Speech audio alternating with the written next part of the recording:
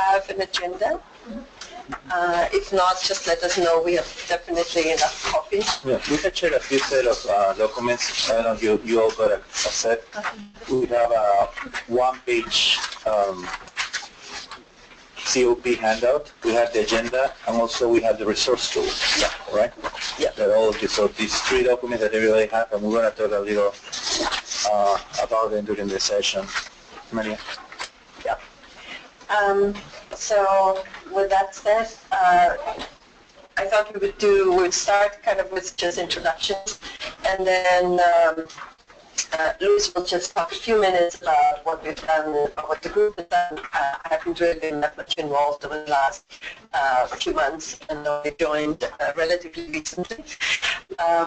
So we'll talk a little bit about what has happened since the last meeting, and then we're going to spend most of the time really to talk about what we want to do for the next year. And I think, as Mike has said and others have said, it's really your group, and I think the main thing we want to do is how can all of you leverage this group.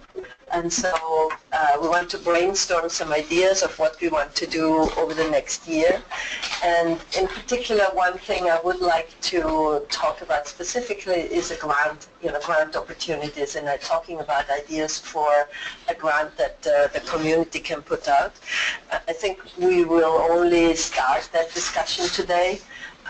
But at least if we have something as a starting point, and then we can put it out to the rest of the community of practice for more input, I think that would be a good beneficial outcome from the meeting.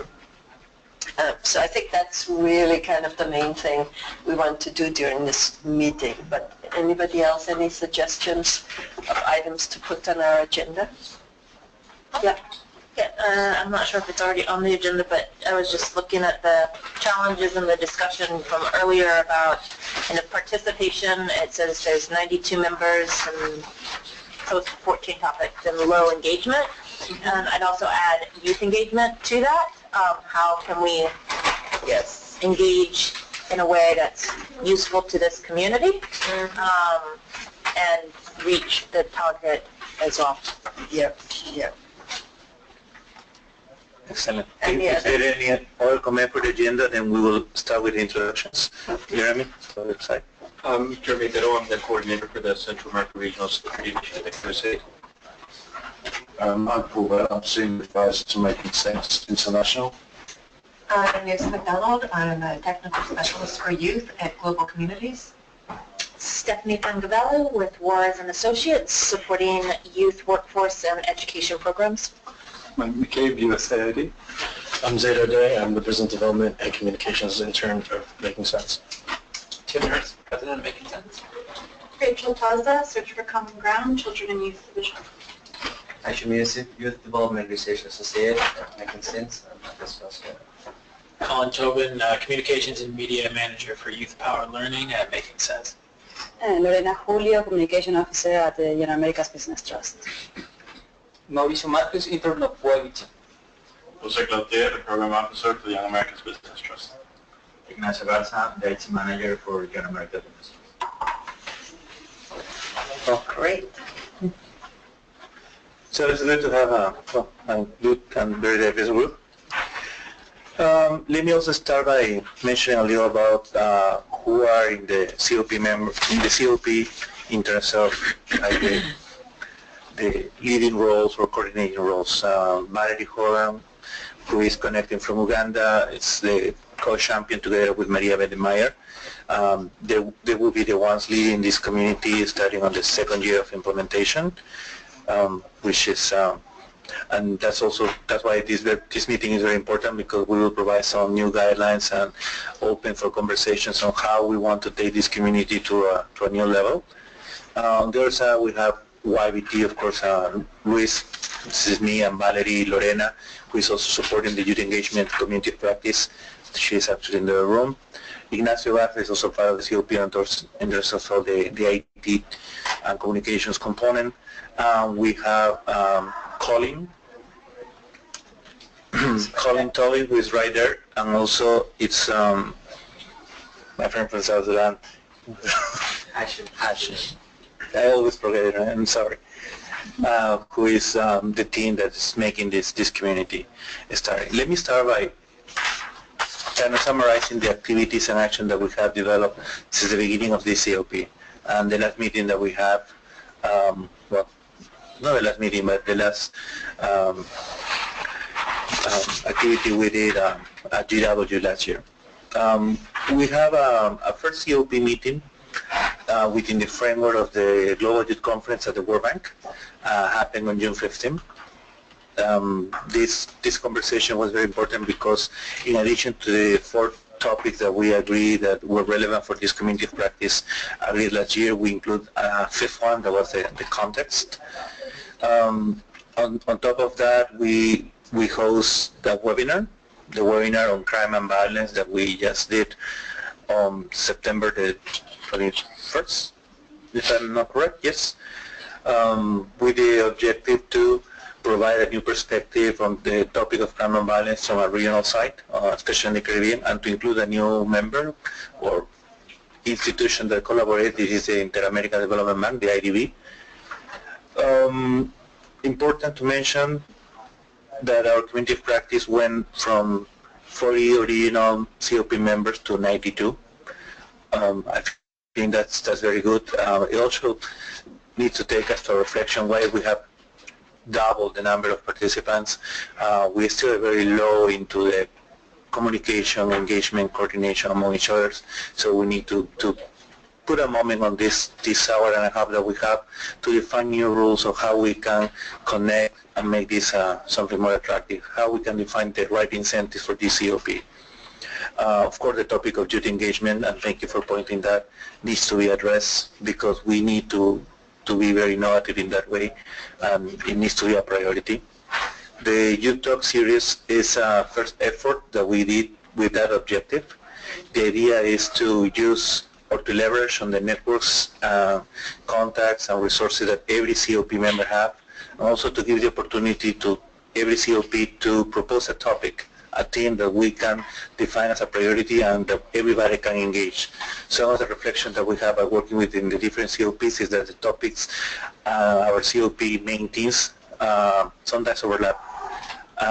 Instead of duplicating efforts, we need to coordinate a little better, and every youth talk will not be just targeting an individual COP, but actually will involve and engage all of them. Another achievement we can say, something that we are releasing for the first time today, that is a resource tool. Like we mentioned in the presentation today, we decided to start compiling information, existing reports, and trying to share this first draft with you. Idea here is that, of course, this is not written on paper, on stone. This is something that we need to get your feedback, and also we're asking your help to include more resources. Where is this going to end? This is going to end on the Global Innovation Exchange site that we have for this community, because we need to start using that platform, and we need to start sharing information and knowledge not only to the COP members but also to the young people.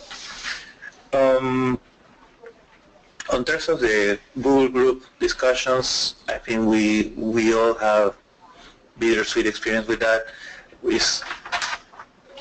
I don't want to say that it's not working, but it's not working as we expected, so we need to also talk about it and see, because the level of interaction that we have on the tool, even though it's open and very easy to access, even as we're not using it too well. So we need to double check that on how it's going to be our priorities. Within that Google group, I'm pretty sure not many of you knew about it. There is an engagement tool that we share that nobody noticed because we don't know how to use it well. No, but that's actually, we need to learn also not only from the good stuff but also from the bad stuff. I think it was very important to point that these kind of resources were shared within the Google group. The objective was to support participation, but nobody knew about it. So that's kind of the summary of the activities we have done within this year one of implementation.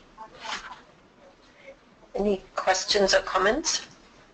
Yes. To what degree does this community of practice interface with other communities of practice on the issue of youth, peace, and security?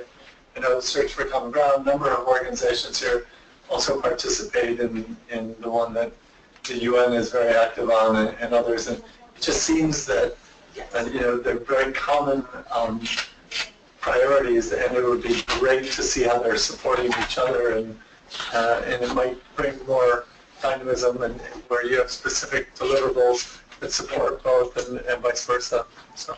Yeah, and we haven't done tag into that specifically the USAID Education and Crisis and Conflict Network, and their work groups and breakout groups as well. And to that, I would also add an MOU that we signed with the World Bank on the issue of youth violence prevention in all of Latin America and the Caribbean. And also I would ask if it would be very helpful to know what organizations are represented in the COP to see if we can identify some gaps, because this is a pretty fertile space. Yeah, and we can make that easily available in terms of the members. It's online, but I'm not sure if everybody has direct access to it. But we'll send out the list through the Google group to everybody who is. Is everybody here registered on the Google group? If not, then please do so. If you just can either leave us your business card, and we'll put you into the group. Can you show the Google group, the members? I think it's through the website, right? You're doing it through the website, Maria? Right, so you can sign up through the website, or, yeah, exactly. So there's on the website, there's a page for each of the communities of practice, and it says join. And if you send us, if you click there, it sends an email to us, and then you'll join through that. Or if you give us your business card, we'll just join you. Just from an administrative, I think I'm on multiple groups, but is there also kind of the back end side of that? I got maybe 5 emails, and there's 5, so I'm getting cross postings, and then I kind of glaze over at a certain point when I get things coming from so many different, from everyone. Right. So I wonder if there is a way to streamline just collectively in the work groups under YouthPower Learning, as well as cross-posting in a systematic way. Yep. That's just a task for the calling administrative little thing. But yeah, we'll definitely look into that. I think it's the way that MailChimp is using the groups, I think it doesn't eliminate the duplicates automatically, so I think we'll have to just figure out a way to eliminate them before we send it out, but that's a good point. So I think the suggestion to work with other groups and interconnect more with other groups, I think is a really important one. We haven't done that. We did a first exercise on the grants under contract. That is why also the Peace and Security Community Practice didn't have a GAC, but we supported youth engagement because we identified that it was I think what Mike was suggesting other communities outside of the Peace and Security. Oh, outside the youth power. Exactly. Yes. Was mentioned the Right. education crisis and the one we looked at, but then the one that the Interagency Working Group on Youth Participation and Peace Building, which is co-chaired by Search for Common Ground, UNDP, and UNOI, United Network of Young Peace Builders. And then UNDP is also putting together, they're going to relaunch their website, youthforpeace.info, which is all about youth peace and security, and will also aim to be like a hub of resources, virtual debates. So that could be helpful.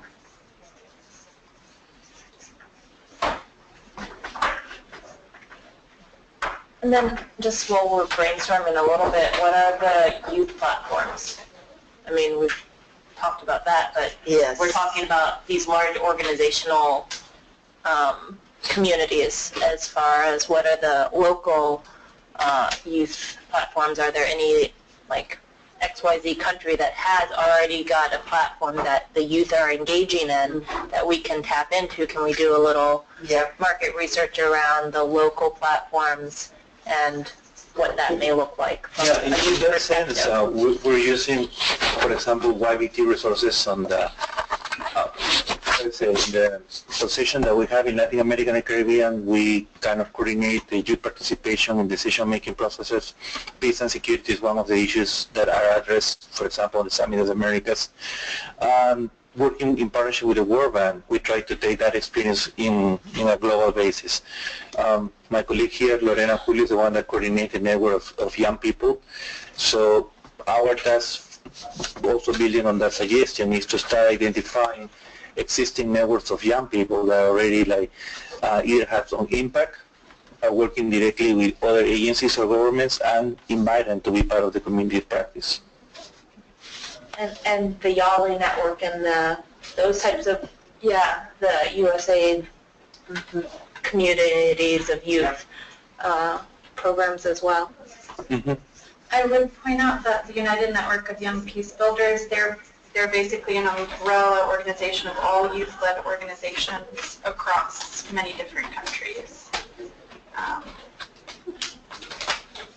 So, just again, there is so much going on, and yet probably of the 4 groups, this is the one where there's probably a lot of increased attention for resources. I mean, if you think of the Northern Triangle and the funds that are going there, or you think about preventing, countering violent extremism, as we'd rather say it, peace and security and youth,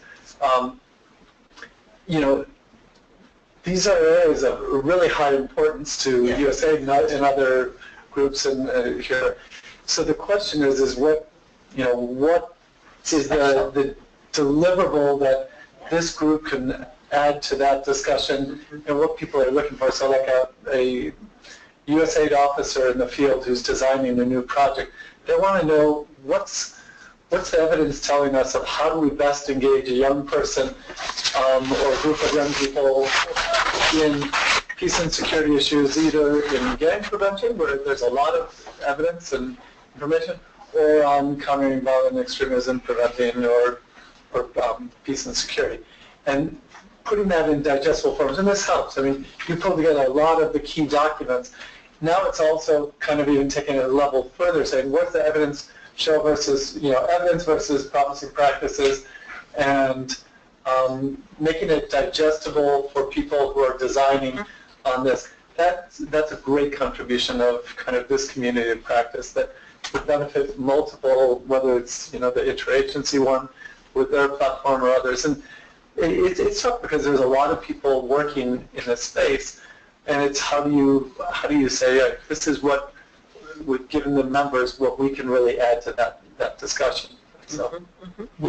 In that sense, do you feel it would be ideal for us to first, let's define our niche, what is going to be our advantage, or how can we complement other existing initiatives? Because we cannot say, everybody join our COP, right, because people is already doing things. That's right. Second, let's also define what is going to be our position in that sense. How are we going to connect with them? Are we going to invite them to join, or are we going to join those? Can we join as a COP of the YouthPower other existing initiatives?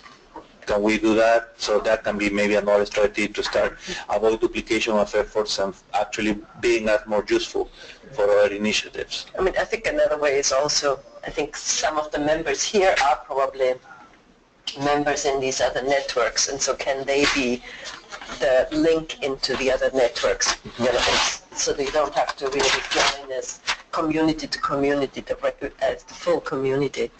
So that could be, I mean, are people here members in these other networks that were mentioned? Some people nodding. It would be interesting to me if we just broke down the different types of violence, because I think we're still lumping it all together, and maybe that's not why people are being so active, because it's just so broad right now. Yeah. And so there has been a lot of attention on gang violence. There hasn't been so much attention about, youth and violence, or youth who are also affected traumatically by war and refugees. So how are we going to look at them? Youth who are involved in non-organized criminal violence that are different than gangs, say in like Africa. Child ex-combatants.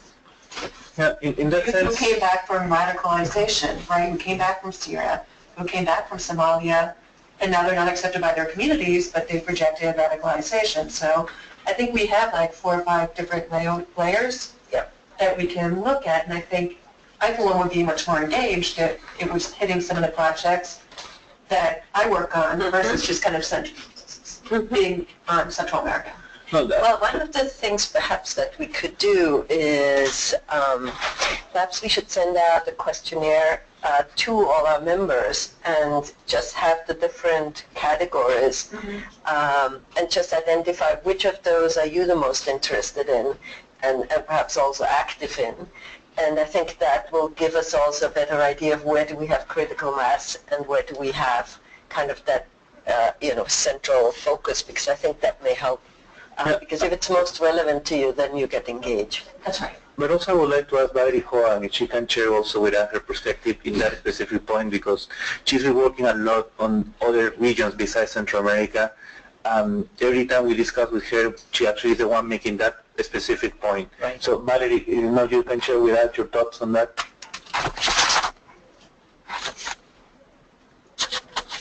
sure if she heard us. You should have. Valerie, can you hear us? Perhaps not. But I think some of it is in, she tried to start some of that in this paper by looking at, different aspects and then also using the UN categorization to say, these are different ways of looking at violence and looking at, youth in these different difficult situations and starting some of that classification. So I think if we start by identifying what everybody's interests are, that will help us also then to identify and go deeper in each of the areas as opposed to being kind of superficial across the whole segment. And we have seen that point, and that is also probably the main reason why we bring Valerie Hoang and Maria Bedemeyer in this community practice to kind of just Latinizar the COP, because by being led by Valerie, Lorena, and myself through YBT, our focus of expertise, we're mostly Latin America and the Caribbean. So we decided that we need to find a balance on that sense. So that's also a little exercise of trying evolution on the COP, listening to what you guys are saying, also seeing by ourselves that we were kind of being dedicated to one specific area. Mm-hmm. But I think I also don't want to lose that aspect, of like the Central American aspect, because we do have so many projects that are actually in that region, and so we definitely want to leverage that, but we also want to broaden out into some of the other contexts. Any other kind of thoughts in terms of the priority? Yeah. Who's the audience for this COP? I think that would help determine how we approach everything, because if it's USAID and USAID's partners, I think that would push it in one direction.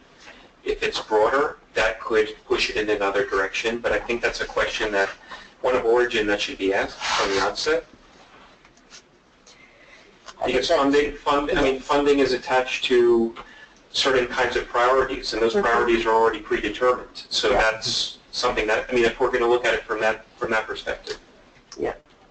I think that, obviously a top priority would be USAID and its partners, but the main aspect in general, I think, of YouthPower has been much broader, to say it's, people that are implementing positive youth development programs. So I think those would be the audience, and including youth. Youth engagement, I think, is another big component. Reality is also evidence. It would be interesting to put out documents that might be able to influence governments, because I think right now a lot of the violence prevention projects are funded by donors and not funded by governments. And so to make that connection about what's effective and what's cost effective. Crime and violence is expensive. And so eventually, if you want this to be sustainable, there's going to have to be some government ownership over it all as well.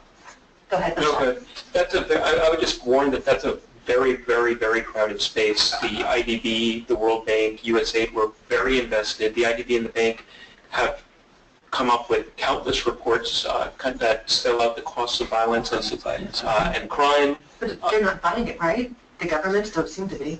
Well, they're buying prevention, but again, you have to unpack everything. They're buying primary prevention. They're buying working with the lowest risk kids, the cream of the crop. They're not buying the secondary and tertiary work with high risk individuals. I mean, these are the same issues we're dealing with, the kind of alternative to criminal justice system and diversionary work that we're doing in the U.S. It's keeping people out of the criminal justice system. There's an alternative to arresting away at the problem, and that's the missing link. That's where there is not only almost zero evidence, but it's being done on a very, very limited basis in the region. I mean, that's a whole separate discussion, but I mean, that's where I'm personally prioritizing my efforts.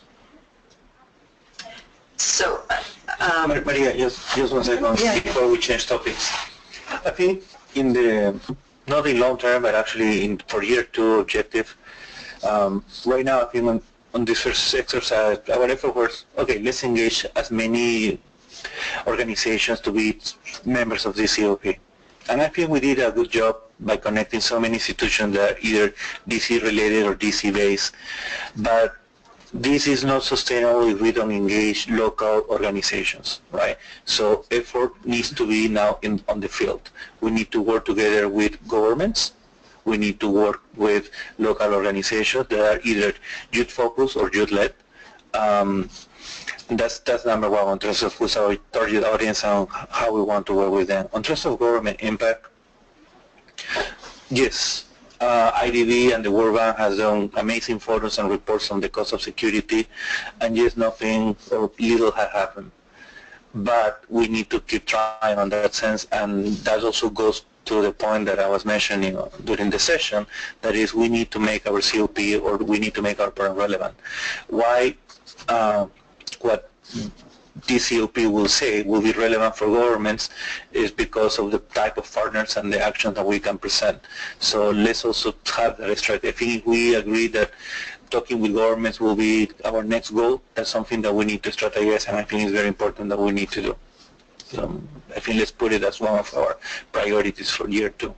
I think what the big question is what is it that the youth community, peace and security community practice can bring to us, whether it's to local governments, national governments, donors, or other implementers. I mean, you know, USAID is just now standing up its, for whatever it is, the name is the Combat Violent Extremism Task Force and Office, which then positions it to do a lot more work on this issue of youth peace and security.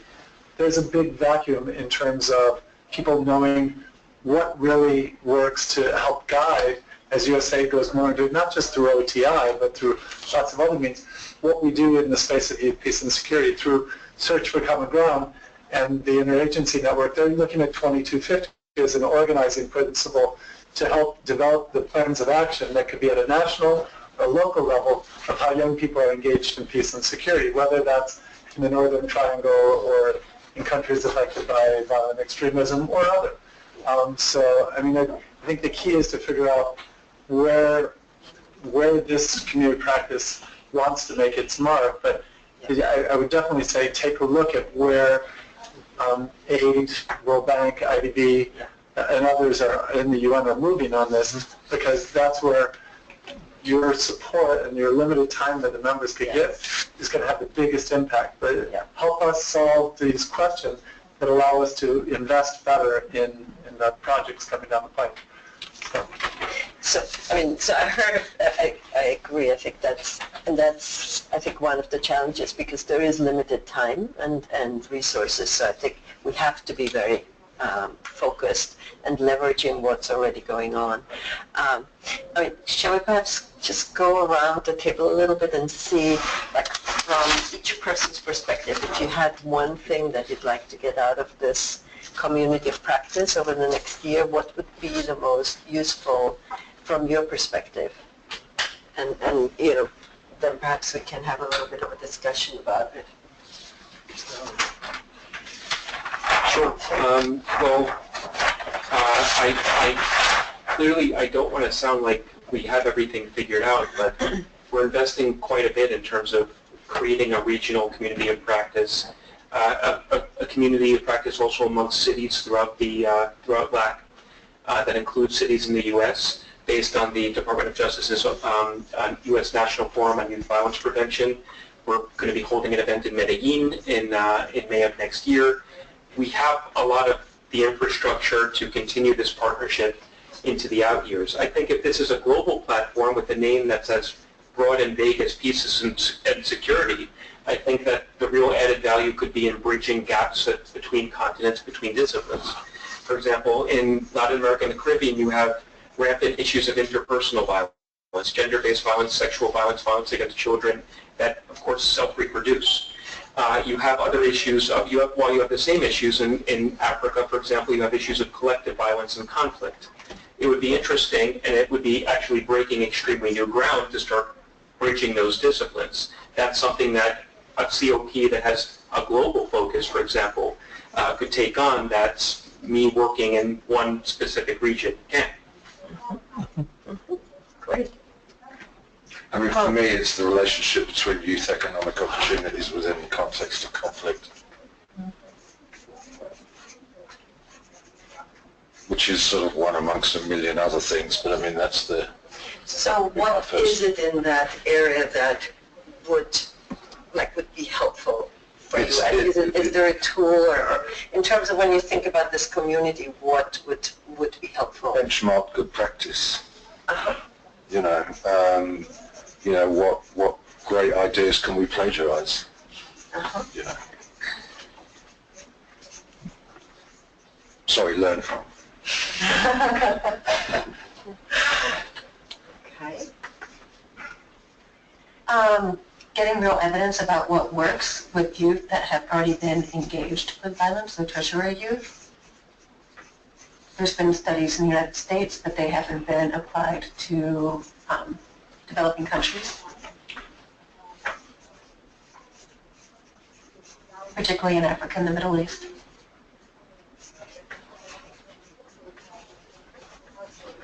So, what are you thinking about in terms of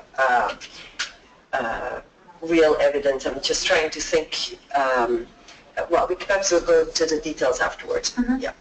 I'm going to kind of build and twist a little bit, just kind of speaking about the different types of violence and evidence kind of broken out in those components so that it can be depacked a little bit, and what the different programs people in this community are working with can share to kind of learn from the different experiences.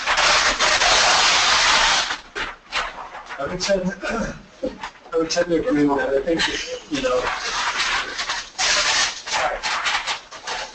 I would say, one of the things that people are looking for, they're saying, if we wanted to know what was going on with adolescents and HIV/AIDS, we might look at, what works associations site, or with youth employment, you might look at a couple different sites, but like the new ILO site. For youth, peace, and security, I know that that's part of what they're designing in the UNDP platform, but there's a lot we can bring from this network to build out onto the YouthPower platform and to feed into the broader platform of looking at the different types of evidence. And obviously there's so much that needs to be done in this space and so limited time that this community practice can give. That would be a really valuable thing. And I think, as you said, looking at the array, whether it's starting from the most immediate where our funding is, which is a lot around gangs, peace and security in Central America, or CV, PV, and a certain state. But there is this whole other area, like looking at adverse childhood exposure to violence and what impact that may have throughout one's lifetime, or trauma-informed approaches and things like that. Those are areas we really haven't gotten into as USAID yet, but we think hold a lot of potential. We just haven't had the time to focus on it. But if it were me, limited time that this has, start with where the most immediate needs are for programs. So. Any other? I guess to to mirror a little bit what Nancy and Mike are saying is, I think we look at in terms of who's our first audience and who are first participants. Those are going to be either YouthPower consortium members or those like them. And so what is the need that they have in this space? And I think it's the practical how-to, ideally with evidence behind what works. And so whether that's focused on countering violent extremism or crime, those are two different issues, and recognizing those are. But those are two areas that we're all working in, and so making a determination where we want to focus, and then really looking at some I've got a pain point. I'm not sure how to move ahead, or I don't have the evidence to say this works. And so how I would look to the community to help me find those answers.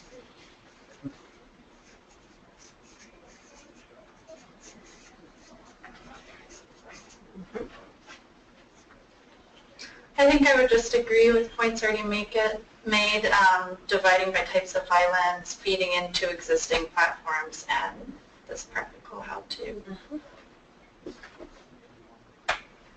Any other thoughts?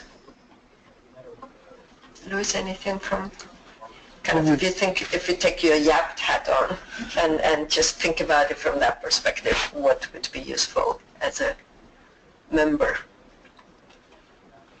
But probably, like, my understanding of the COP was also to see what's going on, right? What is happening right now, what works, what doesn't work. And also, like, these kind of results will be very important for all of us. My former role used to say, at this point of my life, I've done everything twice. And that is what we keep doing. So something that we need to do is highlight those results. I think we need to reach to our local partners, see what is going on, use the tools that we have. We have built a first draft of indicators. I think we need to use it, but we need to also communicate it.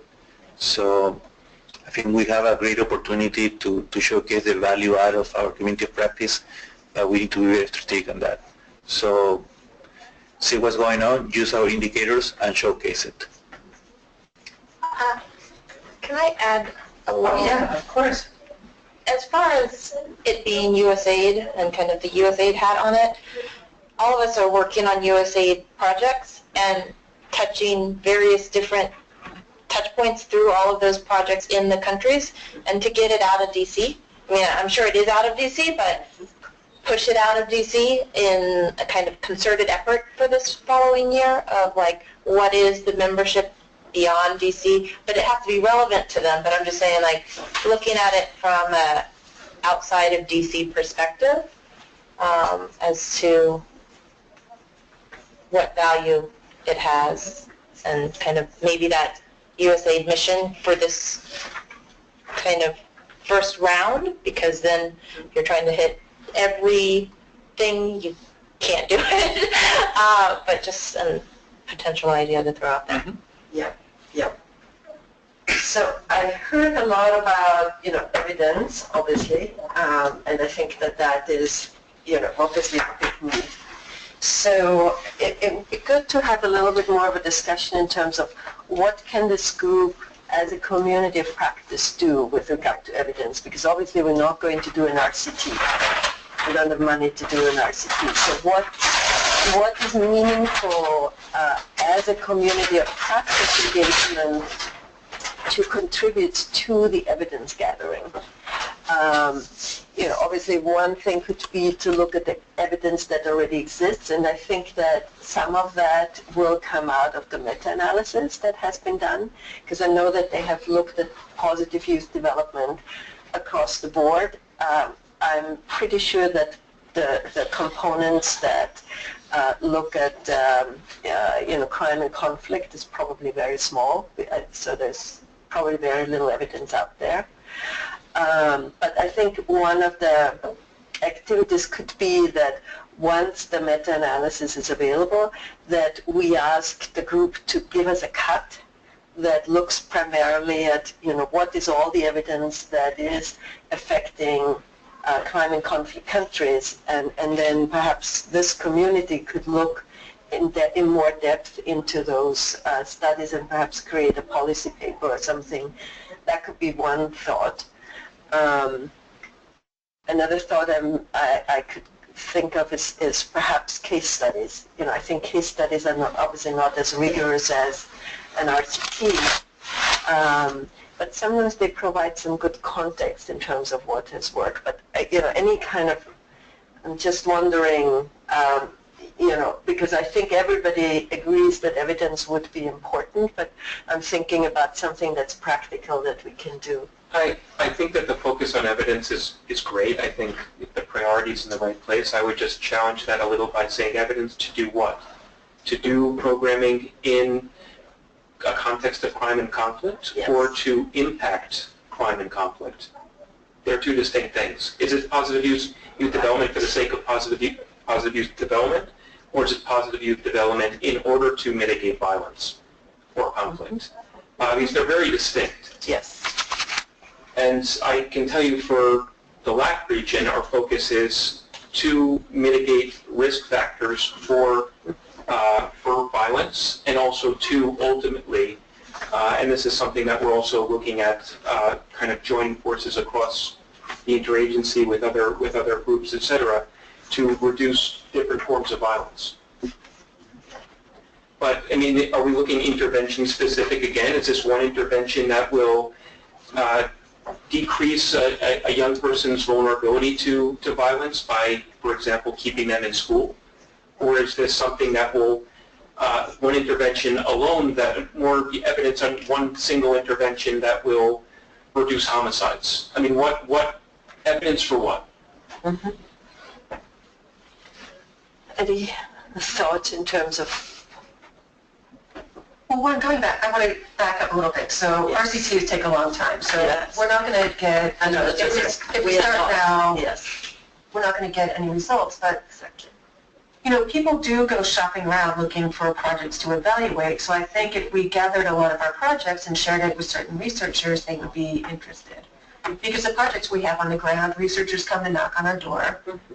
And it's really hard to implement an RCT, right? Because you have to tell somebody that they're not going to get a treatment. Mm-hmm. But, you know, we're doing it in Colombia. We've done it in Liberia. People are interested in our CVE work in Kenya. So this is something that happens. But I think as a group, if we have a list of all of our projects that deal with youth and violence, and and sometimes it's just an aspect, right? Because at Global Communities, we do a lot of community engagement projects, which are huge. And youth and violence is sometimes an aspect of that, but do that. But a lot of it is like, yes, evidence of what works. And yes, sometimes it's a very specific intervention, but I think it's important to have that. So we know that CBT works with gang violence. We know that CBT worked with ex-combatants. Does it work with ex-radicalized youth? We don't know that, but that would be an interesting question to ask. I like that idea a lot. I think, you know, interesting. Yeah, so I think when we take apart these different types of violence, we don't know what works across these certain things. I think the other thing that I found interesting today is they looked at the soft or essential skills. Yeah. You know, because they're looking at the violence angle of it, and they've identified, you know, this subgroup that have a higher impact than other specific ones. The obvious next question is okay, what are the best programs that allow you to deliver those type skills with young people? And so, you know, that builds very nicely off of what is YouthPower working on, which is looking at these various components of PYD, and says, you know, there's hot off the press research related to violence that's identified out of 20 potential skill building areas, these 4 that really have a high impact. And this group could say, here are what have been the most effective rated interventions to deliver those type of key essential life skills, soft skills. Mm-hmm. Because that's the next question. Is great. So we know that, you know, social skills and you know, critical thinking skills. Tell me what's a good program that I could put into or look at for designing my new project that delivers that. Yeah. That would be really interesting, because then you take that to groups that are working on design of violence prevention. Obviously, we've got to say, does it work in this context versus that context? So are you saying also that maybe we can build like a ranking a forum that can be used as point of reference for other initiatives? Well, I mean, it's just saying, all the programs that work on delivering social skills, what do those interventions look like, and which of those have been evaluated successfully? Or empathy, which is the one Absolutely. So what programs are building empathy or even tracking it? Right. Or any of our partners actually tracking it? That have been evaluated. The next part in terms of are they being evaluated? Yeah. Mm-hmm. Great. I think I have a question just kind of to push back to USAID is, do you have that kind of big picture in any way internally that as implementers we don't have access to per se that could feed into this exercise? Do we have, which big picture are you referring to? Well, just kind of looking at the different programs and what components are in those programs. And maybe I know they've just done this meta review and maybe that was part of the exercise, but I'm just kind of looking at different people have access to different information. So yeah, I mean, that's one of the biggest challenges. I was just talking to Tim about it. I mean, if it were me, I would go to IBM tomorrow, get the CEO to give us Watson and dump everything we have into Watson. And then like use Watson because there's a lot of other sectors using Watson to do exactly this. But basically, make it easier for us to pull these things together. So there's 2 reports that haven't been released yet. One looking at the crossover between what we've learned from gang prevention to violent extremism. You know, in really fascinating studies. That would be a great event for you guys to do a webinar on as soon as it comes out. You know, where are the cross learnings, what transfers and what doesn't transfer between gang prevention and violent extremism. That's one area. There are bits and pieces of quote-unquote what works with young people on either violence prevention, and obviously the March piece that came out on violence prevention for Central America, but also on violent extremism. There's bits and pieces, but yes, what we should be doing is pulling that down into a more commonplace and having people who could distill that into sound bites. Digestible bits that then can be rolled out.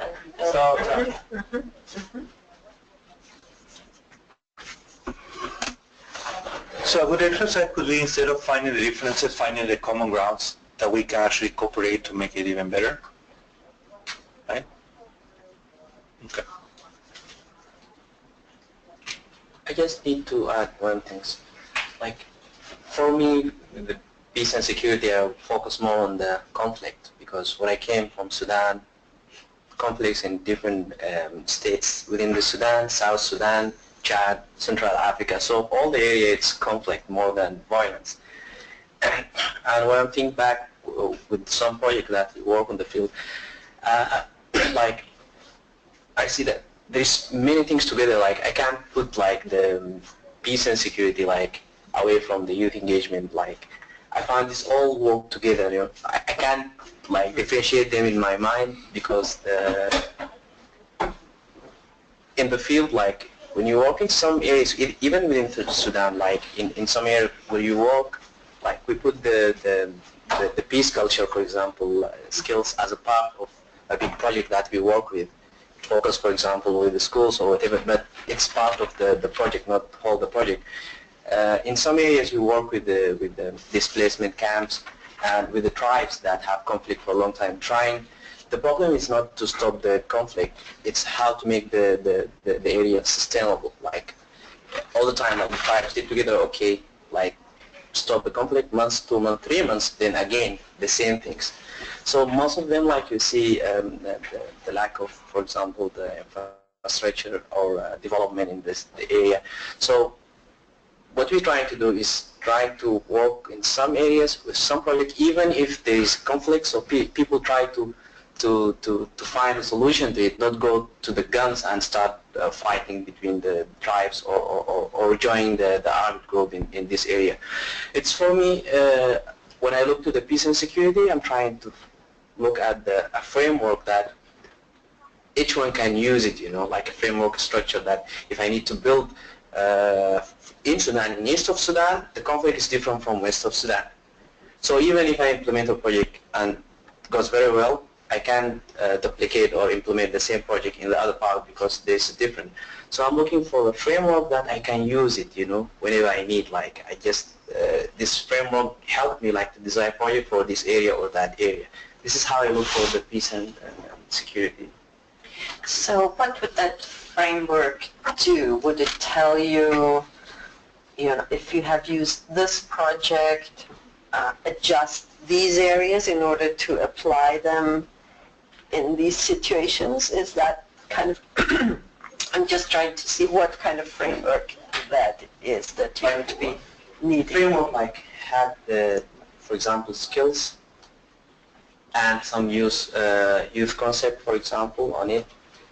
Like I will know if I design this project, I have to put this kind of skills, or this kind of concepts of positive youth development, on my curriculum, for example, or the manual that I will design. So I'll make sure that when I deliver this training, people are aware, for example, of the peace culture and this some component inside make it the youth have a meaning, not to take their problems to the conflict level, just try to mitigate it or make it down. This is how I just think about it.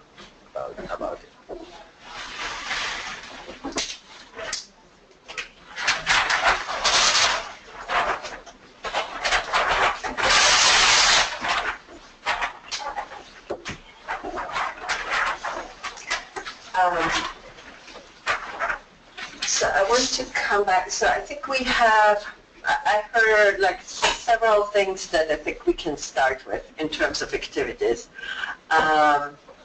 So I heard that one of the activities would be to do a survey of our members to find out, who is interested in which area, which type of conflict and crisis. The second one would be to start creating a research topics list that we could perhaps put up on our website and then, perhaps promote it to universities and see, there's always students that might want to do some research. I do recognize that, doing research in conflict and crisis is not as easy as, just doing regular research. So there's definitely sensitivities that, but, I know that there are some universities that actually specialize in that and take students, they practice and train them before they actually send them out. So anyway, but something just to think about. But that could be, another area. We talked about getting the meta-analysis divided and analyzed so that we get the cut that's really focused on our area of interest. We talked about the 2 upcoming studies, that perhaps we can create them into webinars, and also perhaps see if we can put them into digestible bits that are more easily used then in either by youth or by our implementing partners. We talked about identifying benchmarks and good practices. We haven't decided exactly what process we would be using for that, and I think perhaps we would start with the meta-analysis because I think that's something that already exists.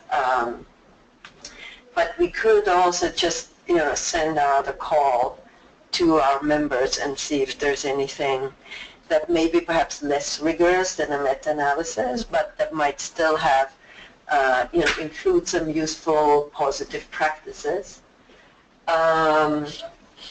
We talked about connecting with other communities, and I think that may be something perhaps also in our survey. We can just also ask our members, who is a member in which other communities, so that we identify the other communities that are, working on similar topics, so that we can identify which other communities might be relevant for us, and also then engaging them to actually reach out and build those bridges. What am I forgetting? So I think the part that I haven't yet heard is, or I'm not yet sure which of these could translate perhaps into a grant program. And perhaps it might be good to just spend a few minutes on, if we wanted to give a grant, and especially if we're thinking about giving a grant to youth-led groups, if that's kind of an environment, and then... And just so an idea, so I was up in New York last week, and one of the presentations was, some of you may know, Peer-to-Peer by EVP. So State Department partnered with a group called EVP to create Peer-to-Peer, which was an initiative to get universities around the world, to get groups of youth at universities to learn about and carry out violent extremism prevention efforts and campaigns.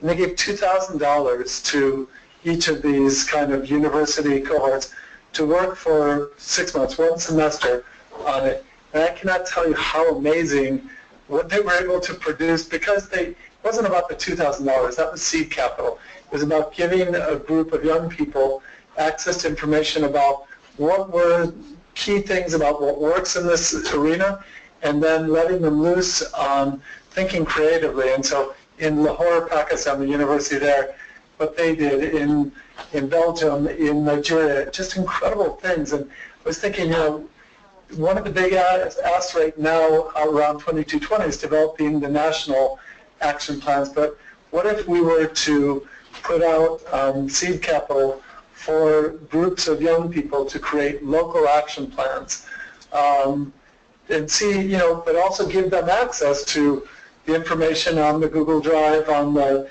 platform. So we're engaging young people from a local level to think about how they create local level action plans to implement peace and security in their community. And, let's say I don't know how much is in the grant fund, but, if you were to give out 5 of those or, 10 of those, it would be really interesting to see, and you have it linked to a process linked with their school or their university or a formal organization that is either youth-led or supporting them, so that there's a process. I mean, in the case of peer-to-peer, you didn't have to, they had to be linked to a university in that case, but it was really youth-driven, student-driven. So just a thought of one way you could do this. And so. Yeah, I think we have some limitations in terms of how small our grants can be. Yeah. So we might have to work with an intermediary, but exactly. I think that's the details. So I think the idea is really interesting, because I think it's again getting the youth involved and having them contribute to something that's broader than just. And it's really relevant right now, because the question is, what is our role in helping advance Resolution 2220, which for the first time says youth have a significant role to play in peace and security. Yeah. And it calls for action plans at the national level, but quite frankly, much more important is local level. And so. Yeah. And what does everybody think about that as a potential idea? Any other grant ideas that might, anything from our youth participants? If I may, I think that's a great idea. At the same time, you're approaching local institutions that are working with youth already. I think it's harder if, as an international organization, you go to a country and coordinate an event. Maybe young people don't really know you and don't really want to take part in it, or it doesn't really, you don't really get to work with the people you want to. In this case, the youth in this context. So just to put an example, we work a lot, or at least we have been approached by this organization in Tunisia, which is called Build Conference. It's something that kind of started with the TED Talks, and then they kind of developed into an independent kind of forum.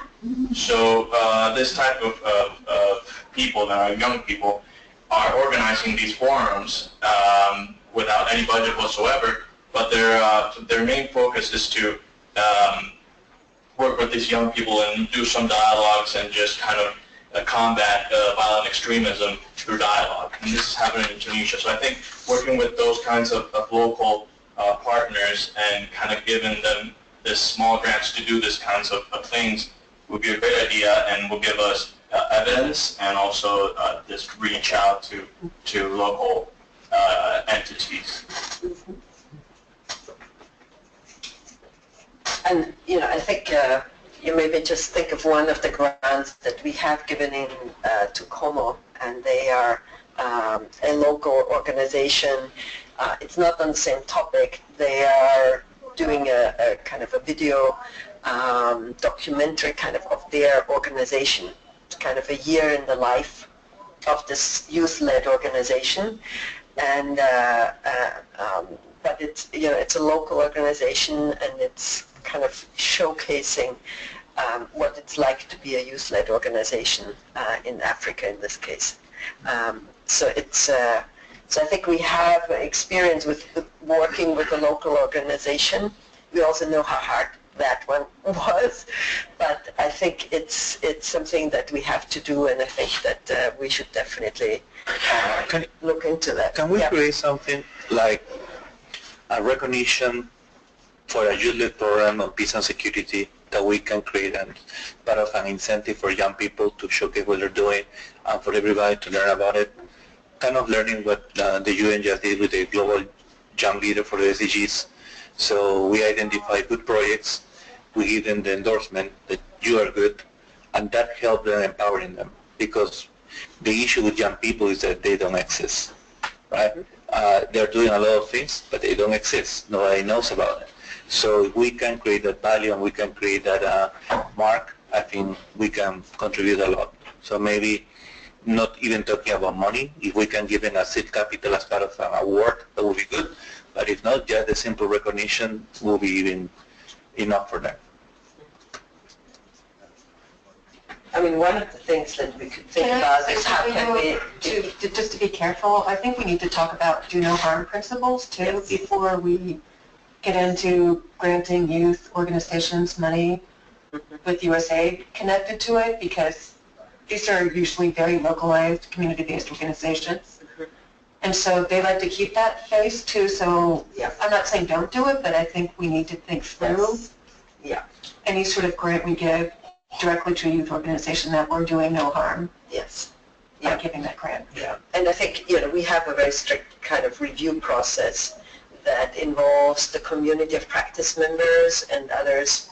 But particularly when you're talking about de-radicalization and violent extremism. Yes, exactly. And I think, I was thinking about that do no harm also when we were listening this morning to some of the projects and the RCTs, and I know that one of the challenges was, if you're denying treatment to some groups in these difficult situations, you may actually create more violence by either denying some groups or giving some groups money, for example, especially when money is involved. There's all kinds of, so it's a very good point. So we'll definitely keep that in mind. But here, I want to just capture your point about recognition of good projects. It was projects that you're right. By youth.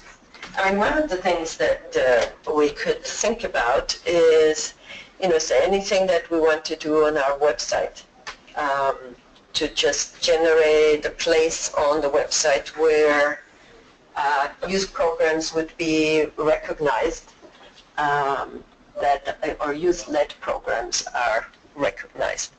I mean, it would mean that somebody would have to evaluate them and actually,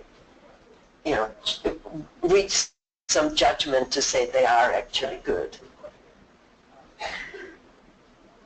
I mean, would that be useful? I mean, it would be useful for the youth probably to just say, I have reached that recognition, but would it be useful for a broader audience and not just for that youth? I think, I know, Lorena, you can detail a little about that, but within our platform, the YBT, we have something called the Entrepreneur of the Month. So every month we identify a successful case of a female or male entrepreneur that have achieved something that can serve as a role model. And it's just a recognition on our website. but he can actually put that on his resume. I was the entrepreneur of the month by YBT and the OAS. It helps us open market. We give them all the visibility and institutional support. It goes through social media so people know about them a lot. Many entrepreneurs have came back to us saying, thank you so much for this honor because it really gave us the credibility we didn't have before, and now we're engaging new partners. So that also could be a good tool. Would we be able to perhaps leverage your process for doing something similar? Yeah. Kind of broader, with broader geography and Yeah, for us, we use as the engine a competition we have, which is the Talent and Innovation Competition of the Americas. We receive over 2,500 applications per year. It is an 8-month process. From those 2,500, we select the best 30. From those best 30, we award 8. But not necessarily the winners of this competition are the ones that are recognized, but actually the ones that can showcase us that they have impact. But there is a process behind. Right. So. Great. I think, we perhaps one of the next steps there would be to just look at the process in more detail, perhaps present it even on one of our group calls, and then discussing with the larger group on a conference call, if this is something that we want to take further and how would it be applicable or replicable. Just trying to probably put some incentives that can also help us engage more young people. Yeah. I think we've reached probably the level of energy for the day. I do think that we came up with some really good ideas as a starting point. And I think that we just, we'll write it up, we'll send it out to the broader community. Obviously, this is a small sample of everybody, and I know a lot of our members in our community are also in the other communities. So we will share that with everybody. And I suggest that we'll have a conference call in a few weeks to just, bring all of this together, discuss it with the broader community, and then decide on an action plan, at least for the next 6 months, so that we can say, this is what we're going to take on and can manage over the next 6 months. And then we have some ideas perhaps for the longer term. Does that sound like a good next step? Well, thank you very much for your patience. Also, we never officially present the subside of our COP. This is your subside. So please feel free to navigate and send us your feedback, or also some content that we can share with that, because this is open. I think it's very good. Please share it also within your members, because it's good to now come out to the light. People need to know about this community, the YouthPower program. Yeah. All right, and I know we talked a little bit about youth engagement, and I know that was one of the points that we wanted to talk more about. I think we're all a bit tired to go deeper on that one, but let's make that a focal point for one of our next calls, and then talk about it on a conference call in terms of, we have these proposed activities, which of these lend themselves to youth engagement. All right. Thank you all. Thank you for your energy and participation. By the way, if you want to take any of these things home, if anybody has little kids, please feel free to take them.